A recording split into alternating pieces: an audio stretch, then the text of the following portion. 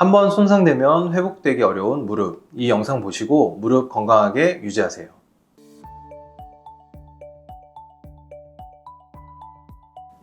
네, 안녕하세요. 더서울병원의 정명훈 원장입니다.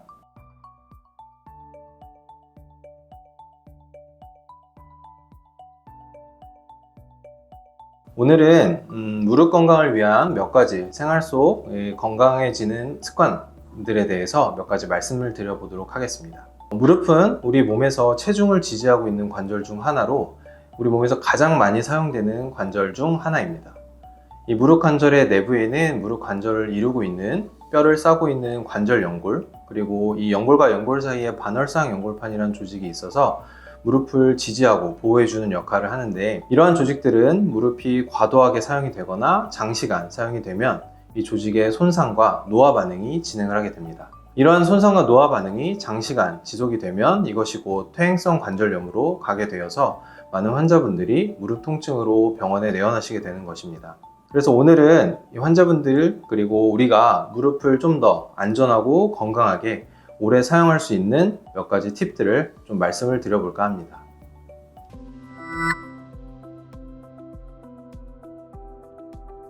외상이나 무릎을 과도하게 많이 사용을 하지 않았는데 무릎에 통증이 발생하거나, 혹은 이렇게 발생한 통증이 자연 호전이 되지 않는 경우에는 이 통증에 우리는 주의를 기울여야 됩니다. 많은 분들이 퇴행성 관절염이 생기고 나서도 처음에는 통증 자체가 심하지 않거나, 혹은 이 통증이 휴식만으로도 자연 호전되는 경우가 많아서 이 통증에 대해서 그냥 대수롭지 않게 생각하고 방치를 하시는 경우가 많습니다. 무릎 내에 있는 이런 연골과 연골판과 같은 조직들은 우리가 피부에 분포하는 감각세포처럼 예민한 조직들이 많이 있지 않기 때문에 환자분들이 무릎의 통증을 예민하게 느낄 수는 없습니다.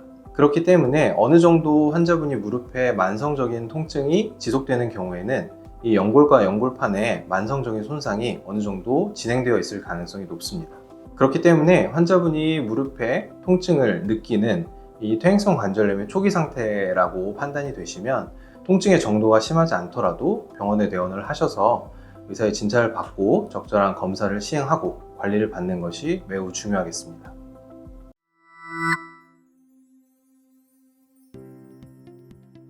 무릎 건강에 있어서 가장 중요한 것 중 하나가 평소 자세와 같은 생활 습관이 되겠습니다.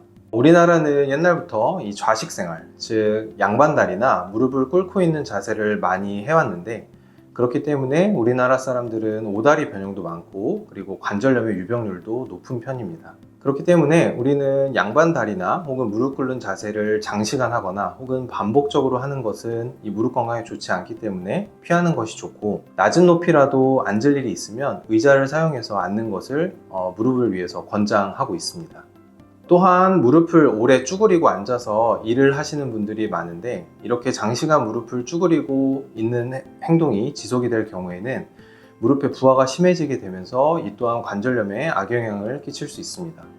다리를 한쪽으로 꼬아 앉거나 한쪽 다리에 체중을 온전히 실어서 짝다리를 짚고 서 있는 경우가 가끔 있는데, 이러한 것들은 무릎뿐만 아니라 연결된 고관절이나 허리 쪽의 건강에도 좋지 않기 때문에 이 부분은 꼭 주의를 하셔야 되겠습니다.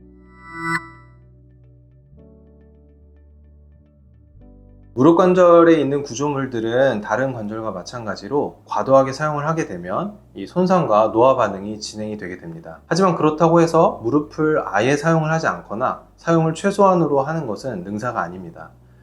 그 이유는 무릎 관절 주변에는 이 관절을 이루고 있는 구조뿐만 아니라 무릎 주변에 여러 가지 근육과 힘줄, 그리고 인대와 같은 연부 조직이 있는데, 이러한 조직들은 무릎을 안전하게 지지를 해주고 운동성을 좋게 하는 역할을 하기도 하지만, 무릎 관절이 갖는 가장 중요한 기능 중 하나인 이 체중 부하를 할 때 이 체중 자체를 주변에서 분산시켜주는 역할을 해서 관절염의 진행을 늦춰주는 효과가 있습니다. 반대로 오히려 무릎을 많이 사용을 하지 않아서 무릎 주변에 이런 연부 조직들이 부실해지거나 약해지게 된다면 무릎에서 전달이 되는 하중 자체가 뼈에서 뼈로 직접 전달이 되는 부분이 높아지기 때문에 관절염에는 악영향을 줄 수 있게 됩니다. 우리가 흔히 손쉽게 일상적으로 해볼 수 있는 주변의 운동으로는 평지 걷기, 그리고 실내 자전거와 같은 유산소 운동이 있고, 또 의자에 앉아서 다리를 펴면서 다리 자체를 들어 올리는 운동이나 혹은 침대에 앉거나 바닥에 앉아서 다리를 편 채 허벅지 앞쪽에 힘이 들어가게 다리를 들어 올리는 이러한 대퇴사두근 운동, 즉 큐셋 운동을 해주게 되면 허벅지 근력에 도움이 되어서 무릎 건강을 지키는 데 큰 도움이 될 수 있겠습니다.